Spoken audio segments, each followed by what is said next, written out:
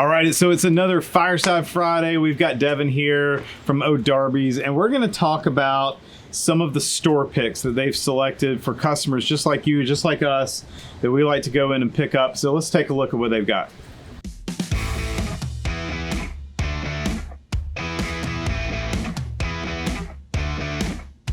Welcome back, guys. We're the New to Bourbon guys. Again, we're here with Devin from O'Darby's, and glad you're here. So, Devin, we've got some store picks in front of us. We've got a few. Just a couple. So, David, I know you had a question for Devin. I do. So I would like to know, talk to our viewers, what's your thought process? How do you select these barrels, these bottles to provide to your customers? What's part of the thought process? What is going through your head? What is some of the criteria that you would use to make these selections? Well, first, we've heard it described as usually we'll sit down as a group if we're not able to go to the distillery. And if anybody's ever come in as we're tasting, it's been, referenced to as like a quiet intensity. Because we don't talk about it. We don't, there's no facial expressions.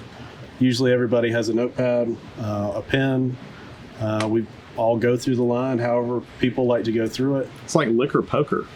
It is. You do not show your hand. Face. Yeah.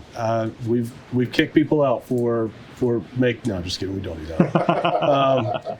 We'll some people like to nose first, and then others like to just jump straight in. But however they go through the process, at the end of it, we'll rank it our top choice, our second top choice, and then our least favorite. And more often than not, it is rather easy. Mm-hmm. So we all pretty much decide on the same one.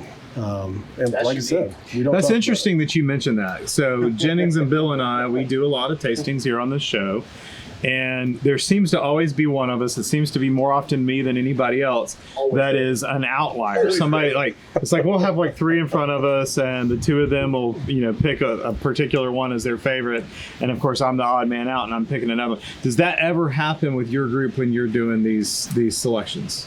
It does. Okay. Not very often, but it does happen.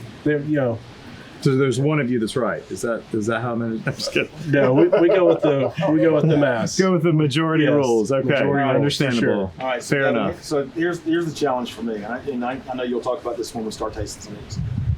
I tell everybody, and everybody watching has heard me say this too. When I smell bourbon, it smells like bourbon. Mm-hmm. I don't get all of the stuff. Now I have my palate-wise, when I taste it, I pick up a lot of things. In fact, Jennings and I are really pretty close on it a lot of times. Sometimes Dave and I on taste will be, we'll kind of pair up. But for me, for smell, I may get a little hint of cherry sometimes when I smell it. If I'm smelling the Russells, I know I'm going to get it. Mm-hmm. There's just certain ones you kind of know what path it's going to go down. But for me, and for other people that don't nose bourbons real well, how do they pick a good bourbon for themselves? Is it really more about taste at that point?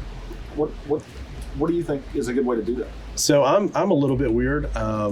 Nosing for me is half of the fun. I agree. In fact, I have to take, when we're tasting and picking a single barrel, I'll go down the line and nose it, but I'll have to stop myself because I'll fall in love with one right then and there. Okay. But I'll put on a great nose, and that'll the winner of the nose, if you will. So, for some people like me, it's, the juice is good, but nosing it is and breaking that down is part of the fun too. So, we go with something fun for the viewers. We were just talking about that before we started filming, guys. Every time we always have something come through, usually helicopters.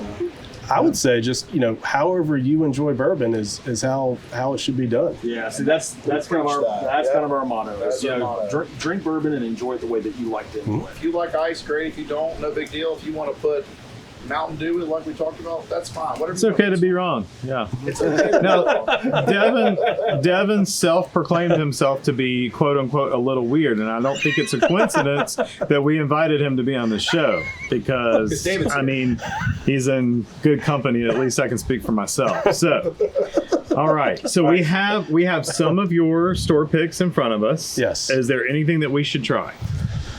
All of them. All of them. Of course. Okay. Good answer. Let me They're- go ahead and get somebody to drive me home.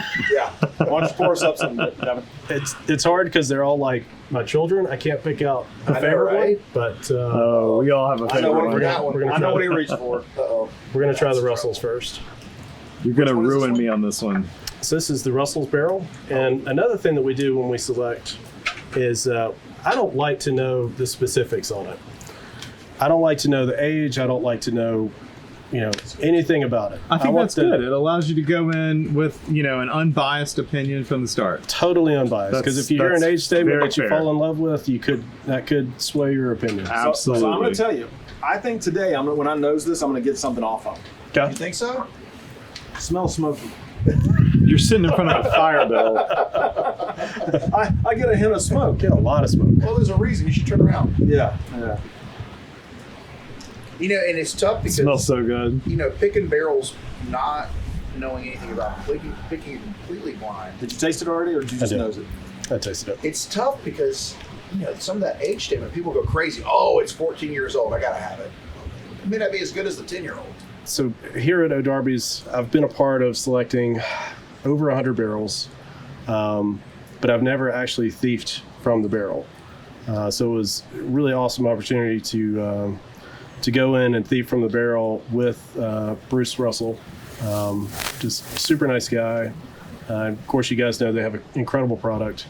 Absolutely. So we were able to select that day. I thieved from one of the barrels. I think we had 6 to choose from. We settled on the first barrel and the last barrel, which, incredibly enough, were from the same batch. They were also barreled on the same day, and they were, in fact, so close they were barreled 3 barrels apart. Well, that says something for the consistency of your ability to make those selections as well. I mean, because you're clearly, without knowing, you chose some that they were that close together.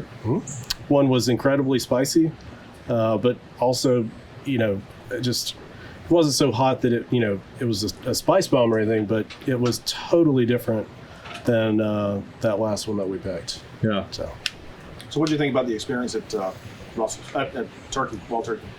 great. They really know what they're doing up there. It was, like I said, again, for me, it was incredibly special, just, thieving from the barrel. But anytime you get to go up to these distilleries and select, you learn something new. I don't care if it's your 3rd or 4th or 100th time, you're always going to learn something new. And,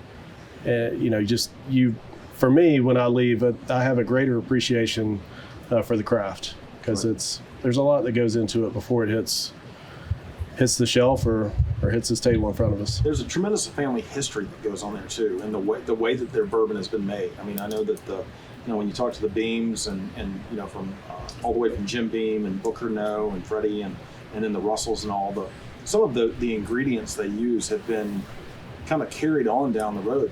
The yeast that they use and the way they do things is the family tradition is really solid when it comes to what these families have been doing. So Absolutely. When you have that kind of appreciation for the selection process, it makes that more special for you as a consumer to go and buy that product. Just like you said, when you left those distilleries, you had a greater appreciation for the product that they offer, and I think that can carry on to your customer as well. Those of us who are buying from the store, we get to experience that sort of secondhand through you, and I think that's important. Have there been any customer comments that you've taken note of that have helped you either continue with the way that you're making your selections or change things along the way? We've had a couple that, maybe were too spicy, or, we Or those certainly. people just don't know what they're talking about. That's more likely, right? Well, I mean, not as different as almost every one of these selections are, it's not going to be everybody's cup of tea. We certainly do, I would say we do less ryes than we do bourbon, just because ryes are not incredibly popular, although they should be, because there's a lot going on there. Great point. But yeah, we're receptive to that. But I don't think we've ever had a single barrel that has come out where, you know, lots of people have come back and said, you guys just don't know what you're doing. Because Screwed the pooch on that one, yeah. as many people that have their hands in it, it's hard to do that. But you know, Good point. You guys have got a huge customer base, and I pick up as many of these as I can, and I think consistently, bottle after bottle, you guys pick really good store picks. Right. And so I think, you know, if somebody doesn't like a particular one, it's not going to keep them from buying the next one. Right. You know, and I think one of the things that we always talk about is typically when you're going with a store pick, the people who are picking those barrels kind of have a way of kind of going about picking those barrels. And they all have a different palate. And sometimes they have the same palate. Yeah. And it's good and bad to have people with different palates, because if you pick a barrel consistently, it's always the same flavor. That's good.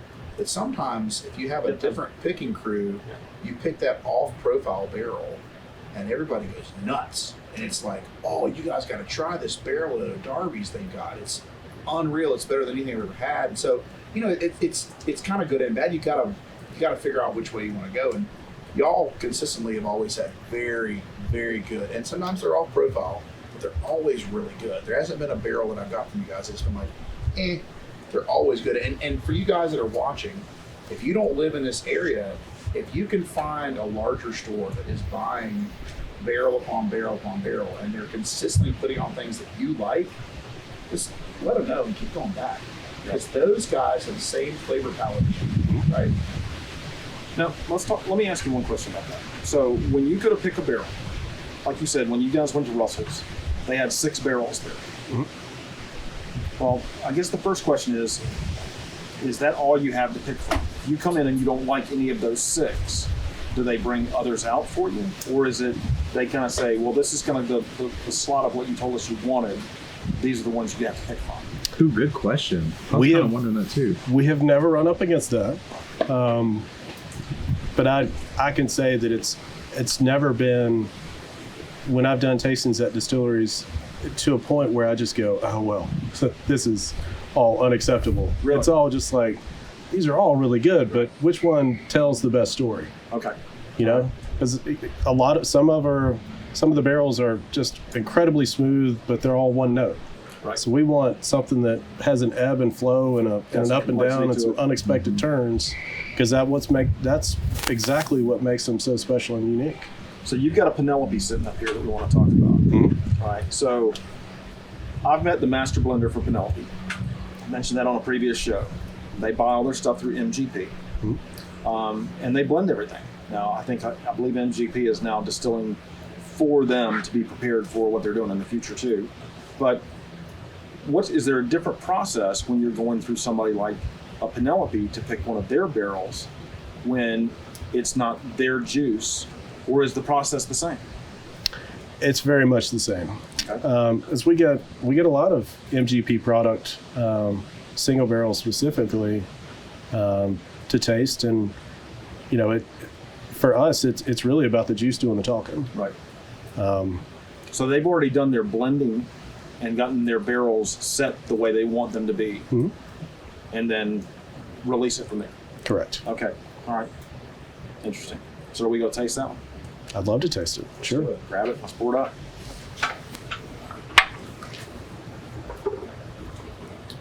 One thing to note, when you guys are going to these stores, have these store picks, you may have had, let's just say, a Buffalo Trace, for example. You've had a regular Buffalo Trace, and you're like, it's okay. It's not great, but it's okay. But you may have a store pick that they've done, a Buffalo Trace, and it knocks it out of the park. So when you see a store pick, don't automatically assume because you don't like that brand or that type of whiskey or bourbon. Give it a shot. You never know. I'm laughing because Devin just killed that sample. Oh, did he? Nice. Oh, mackerel. Smells really good. This has got to be higher proof. What's this, like 119? I think it was right around there, 117. Now, again, generally I tell you guys like this, but this has got a really good smell to it. This has got a great smell. It smells really good. You know why you can smell it better? Because there's more alcohol. There's no proof. Yeah. So the name we gave that one was honeysuckle. Oh, really? That's the predominant note that I got off of it. I can get that. It's Yep. yeah. Definitely different mash bill than the one we just tasted. Big time difference. Devin, we want to thank you for being here. Absolutely. Thanks for coming. What and a hanging out. pleasure. Yeah, it's been great. And I'd say just any of you guys who are watching the channel, I don't know what part of the country or the world you're tuning in from. I would just say if you have found a store that has some picks that you really enjoy, go tell your friends about it. We would encourage you to do that, to drink, enjoy, and share, just like we do.